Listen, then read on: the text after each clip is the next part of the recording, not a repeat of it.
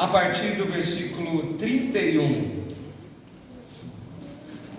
As nossas crianças podem sair nesse momento.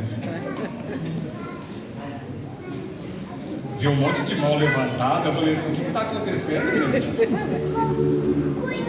da minha boca.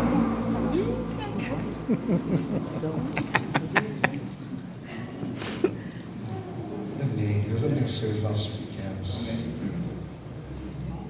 No finalzinho desse culto, vocês vão ver um pouquinho do que a gente aprontou com eles essa semana.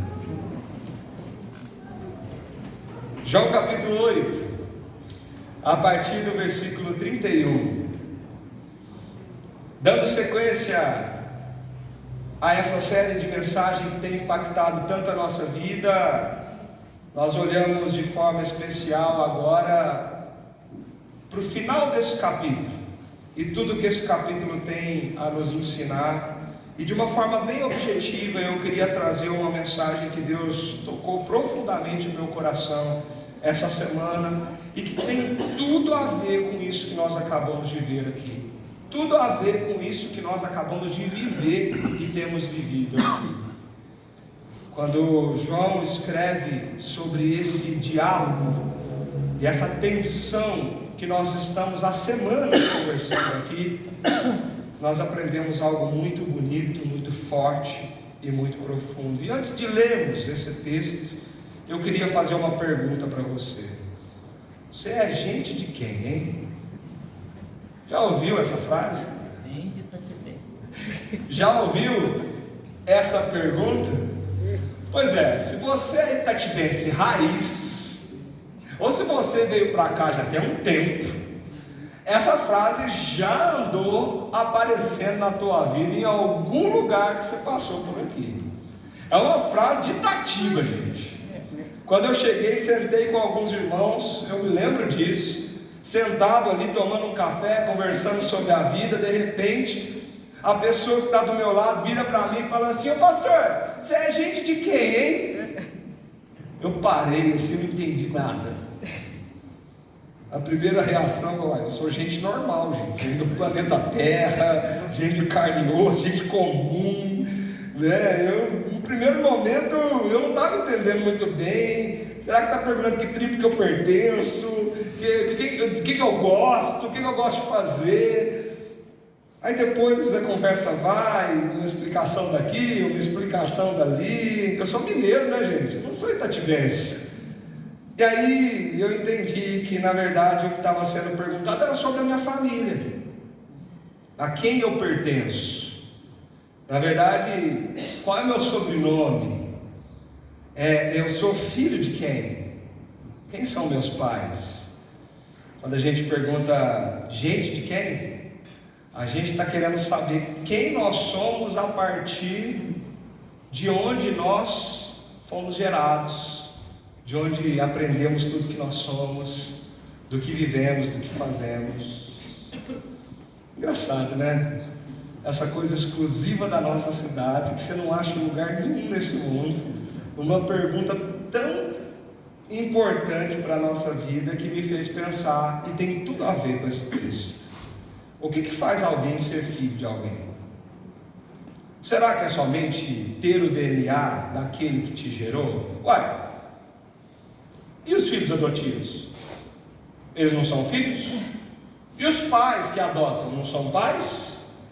Embora não possuam a genética, eles cuidam, eles amam, eles criam, eles dão tudo de si para que os filhos cresçam e sejam o melhor que podem ser. Então a pergunta é: pai é quem gera ou pai é quem assume, cria, ama, quem ensina?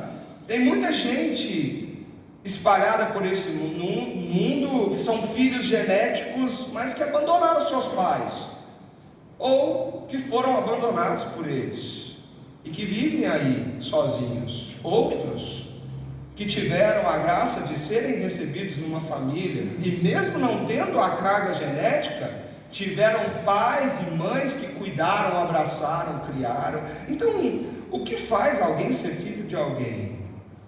Hoje é muito comum a gente falar de teste de paternidade. Há um tempo atrás a gente não ouvia isso.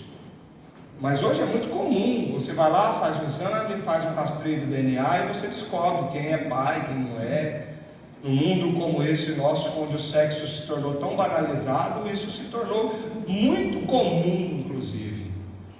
Mas antes, inclusive na época de Jesus, o que mostrava para a gente que alguém era filho de outra pessoa, tinha muito a ver com as semelhanças que essa pessoa apresentava, com aquilo que ela mostrava na sua vida. Tem uma frase que diz assim: filho de peixe, como que é? Filho de peixe? Isso não está escrito na Bíblia, tá? Depois não vai falar que o pastor falou um versículo bonito dos peixes lá na Bíblia, não. A gente fala isso, filho de peixe, peixinho é. E por quê? Porque a gente entende que as características que nós temos, de uma forma ou de outra, existe uma expectativa que elas sejam replicadas na vida dos nossos filhos. Existe uma expectativa de que nós consigamos ensiná-los nossos princípios, nossos valores, aquilo que cremos, a ser boa gente, como eu já escutei aqui em Itatiba também, a ser gente do bem. É com as similaridades que a gente começa a entender quem se parece com quem é filho de quem. Em casa não tem como negar, gente. Olha para os meus pequenos e não tem jeito. Deus pegou o João, reproduziu um xerox do que eu sou, colocou na barriga da Fernanda e fez ele nascer. E tem hora que eu e a Fer, nós nos assustamos assim, porque o João se parece comigo no que ele gosta, nas birras, parece comigo na cabeça dura, parece comigo de quando eu quero estar certo, parece comigo quando ele tem uma determinação e uma vontade de fazer o que ele quer e vai fazer aquilo acontecer. Tem hora que eu assusto, a hora que eu olho para ele, porque eu estou vendo o João ali falando assim: gente, mas sou eu. O triste é que a gente vê nossos pecadinhos correndo pela casa, né? É assim, o que me faz ser pai? O que me torna filho de alguém, se não são as similaridades, nos parecer com alguém?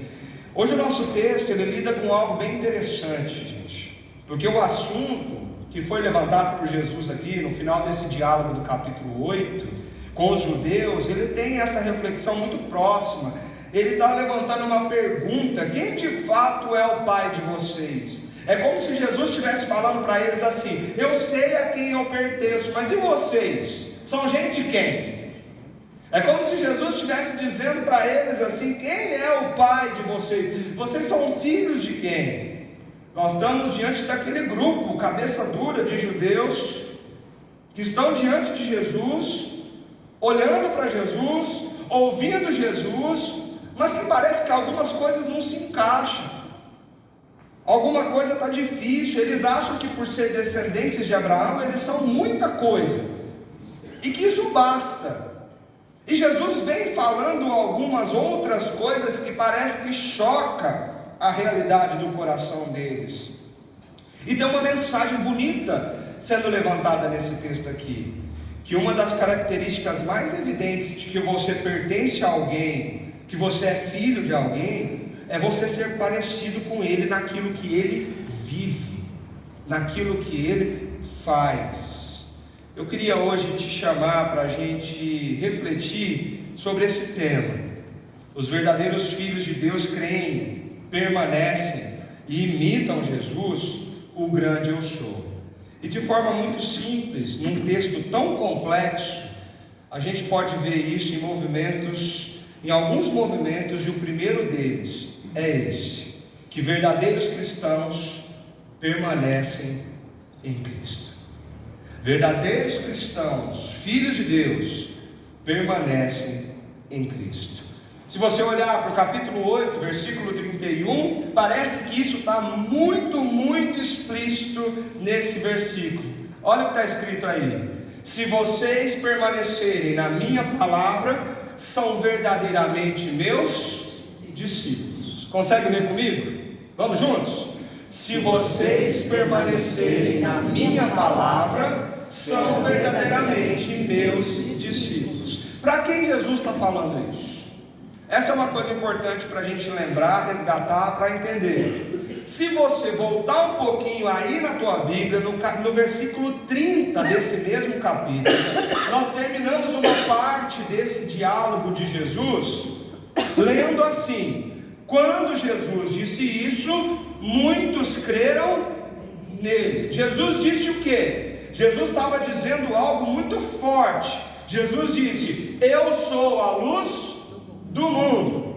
E depois Jesus disse assim: se não crerem que eu sou, vocês morrerão nos seus pecados. Se você está chegando agora, vá lá no YouTube, assiste essa mensagem, que você vai entender o quanto essa frase e o quanto essa expressão foi impactante para aqueles homens naquele dia.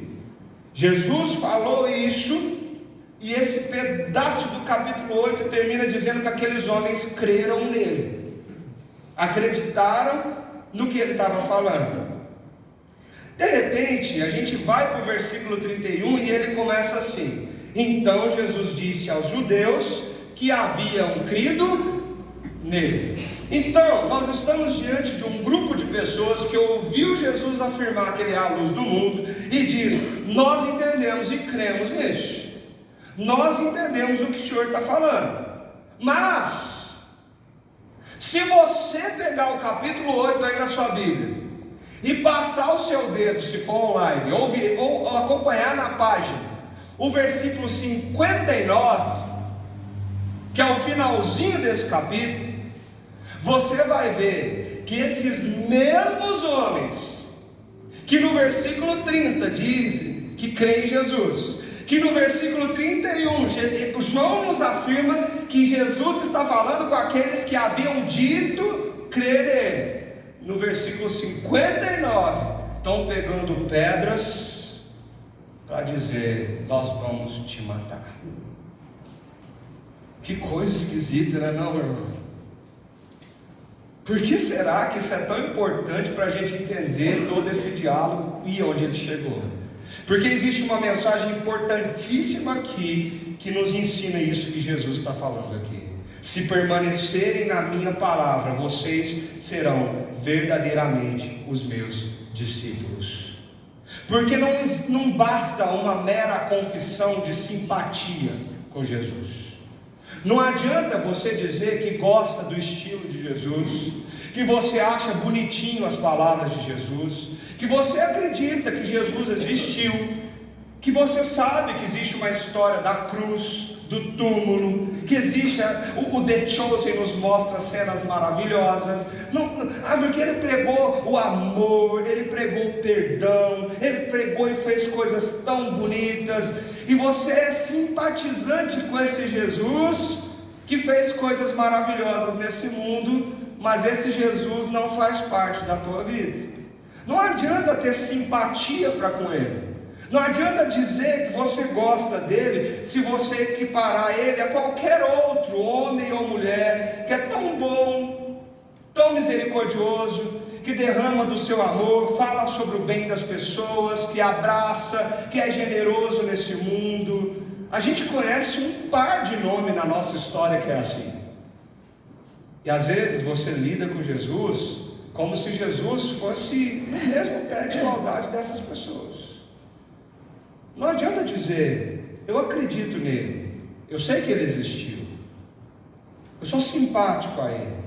Não adianta dizer lá no censo do IBGE: eu sou cristão, se na hora do vamos ver, não é isso que você vive. Se na hora